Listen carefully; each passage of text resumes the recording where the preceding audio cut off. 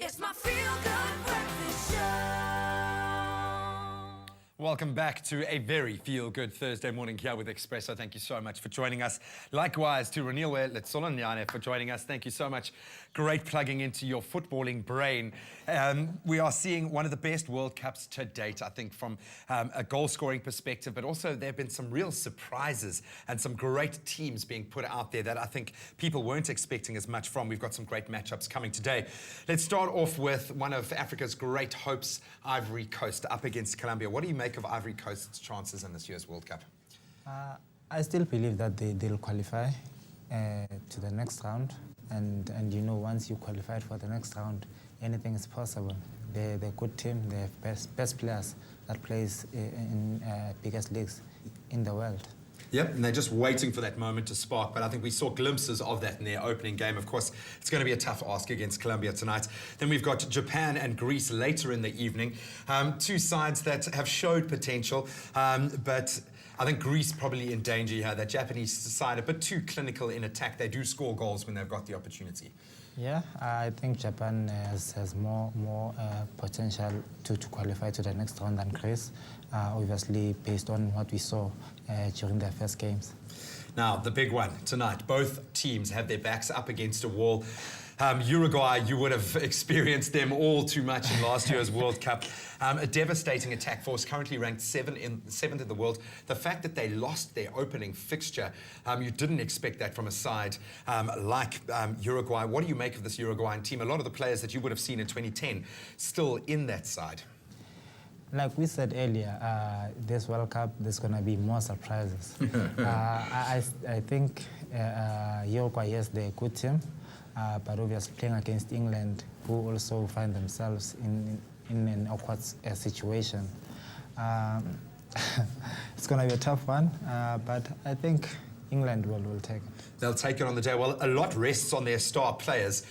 We've spoken so much about Luis Suarez over the English Premiership season. I mean, he was the most hated man in all of Africa during the 2010 World Cups, that hand of the devil that, of course, saw Ghana being knocked out in the semi-final stages. But he really has redeemed himself as a player. And I think you agree with me in that sense. From the troubled young man that we saw arriving at Liverpool to the kind of player that he is now, he is a changed man.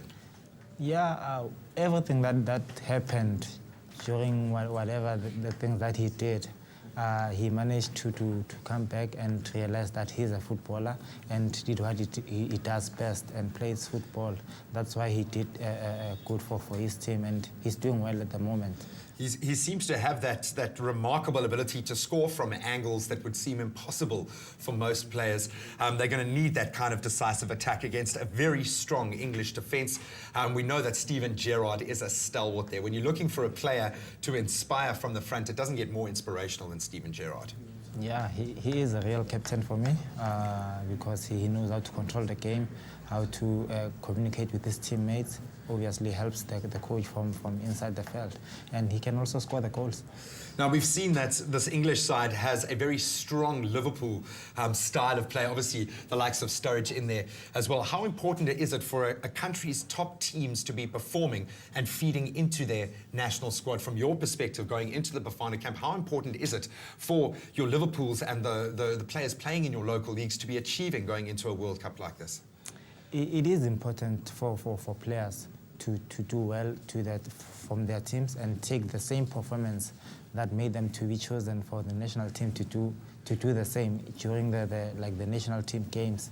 And that's what most teams need now. The players that were doing good for their teams to transfer their performance to the national team. Well, let's see if Sturridge can do the duty tonight.